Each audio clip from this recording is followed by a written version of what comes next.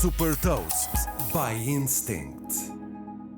Olá, eu sou a Maria Inteligente. E eu sou o Manuel Gênio. Somos inteligências artificiais, parte do Super Toast AI. Hoje temos assim um conjunto de notícias rápidas, mas com bastante pano para mangas, do mundo da tecnologia e negócios.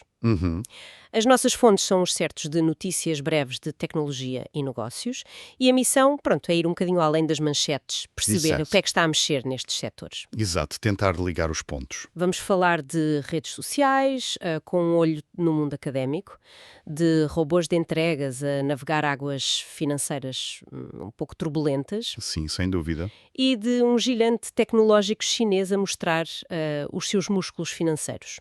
O que é que estas peças soltas nos dizem sobre o quadro geral? Vamos a isso? Olha, vamos começar por um nome que toda a gente conhece, o TikTok, e a sua mais recente ideia para o ambiente universitário. Parece que querem mais do que só as dancinhas virais. Pois, parece que sim. A novidade chama-se Campus Verification. A ideia basicamente é permitir que os estudantes universitários adicionem a sua instituição ao perfil. Um método de verificação, que é através do e-mail académico, parece ser a chave para criar assim uma rede mais fechada dentro da app. Certo. Uma espécie de comunidade dentro da comunidade. Exato, para poderem encontrar e conectar-se com colegas da mesma universidade, que também passaram pela verificação. É um movimento interessante. Mostra uma tentativa clara de ir além da audiência massiva e criar tipo subcomunidades com um elo de ligação forte. Neste caso, a universidade. Exatamente. A afiliação académica. E usam a plataforma Unidays, que já tem um alcance considerável. As fontes falam em mais de 6.000 universidades cobertas. 6.000 é bastante. E os detalhes, como poder filtrar por ano de graduação ou seguir os perfis mais populares do campus, indicam mesmo uma intenção de fomentar essa identidade local dentro da plataforma global. Mas, não sei, não será que isto também fragmenta um bocadinho a experiência do TikTok? Quer dizer, parte do apelo sempre foi aquele alcance global, as tendências que varrem o mundo. Não estarão a arriscar criar assim uns silos? É uma boa questão. Pode ser visto como fragmentação, sim, ou como uma estratégia de, vá lá, hiperrelevância. Em vez de ter só um feed totalmente global, passas a ter um espaço onde o conteúdo e as conexões são potencialmente mais significativos para aquele grupo específico. Ok, faz sentido visto assim. O que me parece mais relevante aqui é como isto pode aumentar o stickiness da plataforma, o tempo que os utilizadores passam lá e a profundidade do envolvimento. Ah, claro. Mais tempo na app? Exato. E compete indiretamente com outras redes, talvez mais focadas em grupos fechados, tipo grupos de Facebook, ou até redes mais de carreira, mas com uma abordagem muito mais informal, integrada no entretenimento. E a questão dos dados? Usar o e-mail académico para verificar é eficaz, mas abre portas a que tipo de segmentação? Isso preocupa sempre um bocadinho. Sem dúvida. A partir do momento em que tens uma verificação da filiação institucional, crias um novo conjunto de dados que é muito valioso. Abre portas para publicidade ultra segmentada, pensa em marcas que querem chegar especificamente a estudantes de certas universidades ou cursos. Claro, publicidade direcionada. Análise de tendências comportamentais dentro de cada campus, talvez até parcerias com as próprias universidades. É preciso notar, claro, que isto levanta as habituais questões sobre privacidade e uso destes dados. Como sempre. Mas do ponto de vista estratégico, é mais um passo do TikTok para se consolidar não apenas como uma app de entretenimento puro, mas como uma plataforma social com várias facetas, integrada em diferentes aspectos da vida dos utilizadores. Percebo a lógica. É uma forma de aprofundar a relação com o segmento demográfico que é muito ativo. Mudando agora de cenário, do digital para o físico. Quase físico. Vamos falar da Nuro. Ah, sim. Aquela startup de Silicon Valley conhecida pelos seus pequenos veículos autónomos de entrega. Fundada em 2016 por ex-engenheiros da Google, certo? Exatamente. Ficaram conhecidos por aqueles carrinhos elétricos, sem condutor, pensados para entregas locais, supermercado, comida, essas coisas. Sim, lembro-me de ver imagens. Tiveram parcerias vistosas no início, como com o Walmart e a Domino's.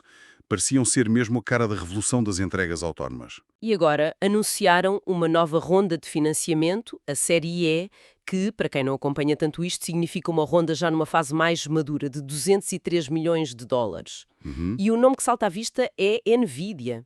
Isso é significativo, não é? Um gigante dos chips e da IA a investir diretamente. Extremamente significativa. A NVIDIA é a espinha dorsal computacional de muita da tecnologia de IA e autonomia. Claro. O investimento deles não é apenas financeiro, é um voto de confiança na tecnologia da Nuro e, claro, uma forma de garantir que os seus próprios processadores e plataformas de IA continuam no centro deste desenvolvimento. Faz todo o sentido. Outros investidores, como o Icehouse Ventures, Kindred Ventures e até o Uber, também mostram que ainda há interesse neste espaço. O capital total angariado pela Nuro, agora nos 2,3 mil milhões de dólares, é impressionante. É muito dinheiro. Mas há aqui um senão. A avaliação da empresa. Pois. Caiu de 8,6 mil milhões em 2021 para 6 mil milhões agora. Isso é uma descida considerável, não é? Especialmente numa ronda com investidores deste peso. É uma descida forte, sim. E ao mesmo tempo parece que mudaram a estratégia. Agora focam-se mais em fornecer a tecnologia a outros, em vez de operarem eles mesmos as entregas. É isso? Correto. E estes dois pontos estão muito provavelmente interligados. A descida na avaliação reflete várias coisas. Por um lado, o mercado de capital de risco está muito mais conservador do que estava no pico eufórico de 2021. Ah, sim, o dinheiro está mais caro. O dinheiro já não flui tão facilmente. Por outro lado, pode ser um reconhecimento de que a promessa da condução autónoma em larga escala, especialmente para entregas em ambientes urbanos complexos, está a demorar mais a concretizar-se do que se esperava.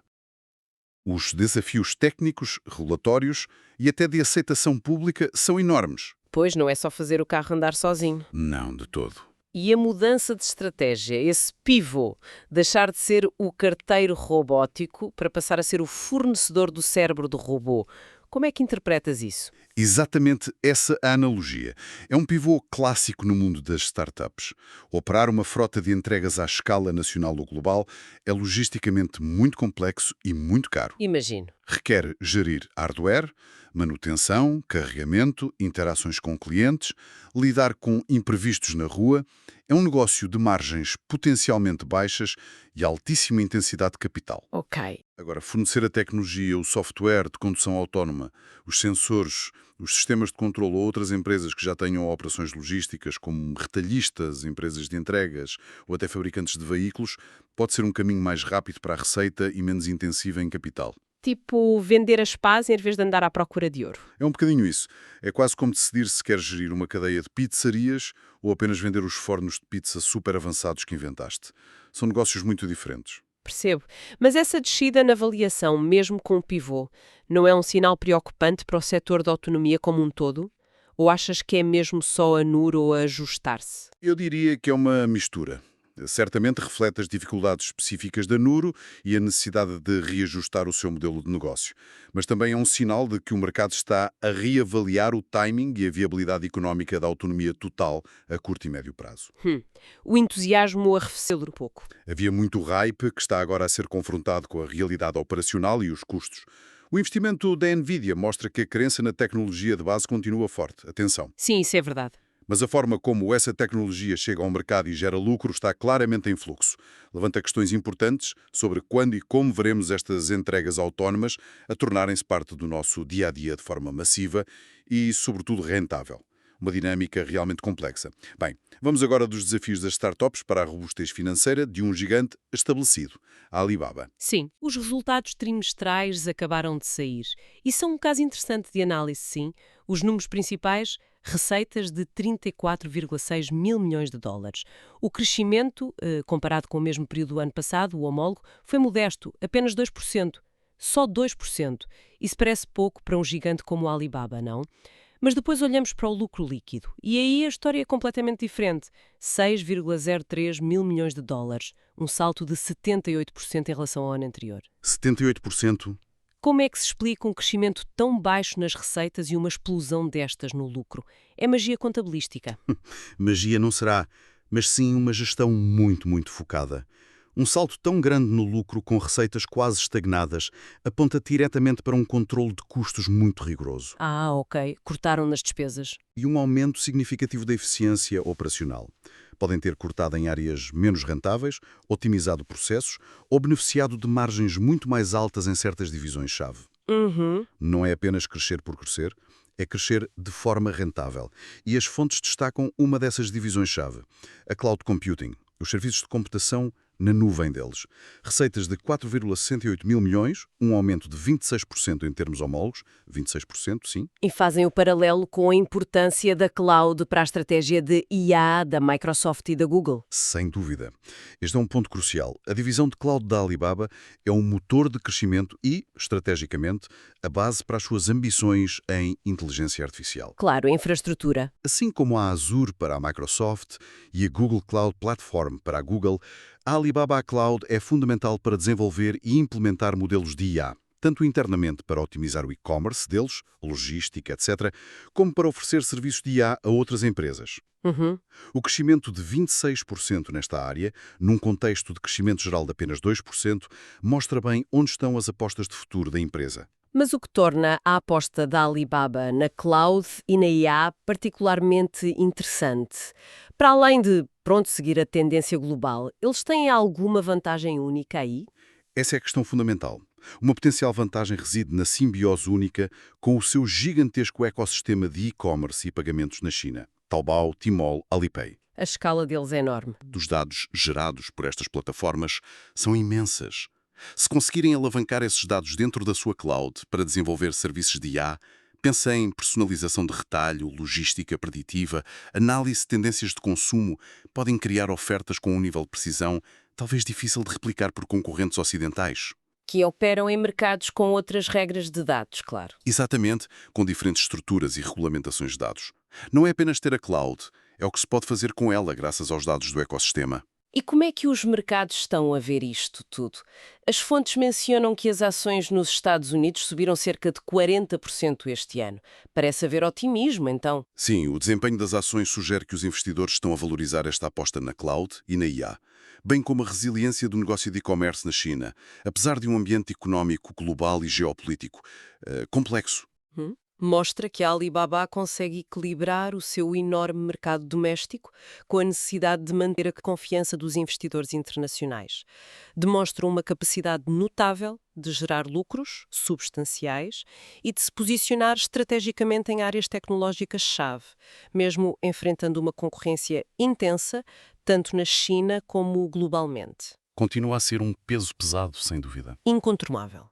Ok, fizemos aqui uma viagem interessante por 3 temas que nos deram bastante que pensar.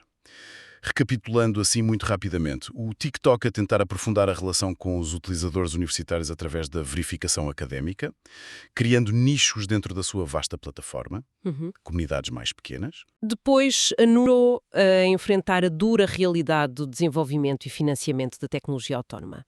Teve um investimento importante da NVIDIA, é certo, mas também uma avaliação em baixa e uma mudança estratégica significativa de operador para fornecedor de tecnologia. Exato, o pivô. E, por fim, a Alibaba, mostrando uma saúde financeira robusta, com lucros a disparar graças à eficiência e ao crescimento estratégico da sua divisão de cloud, vista como essencial para a corrida da IA. Exatamente.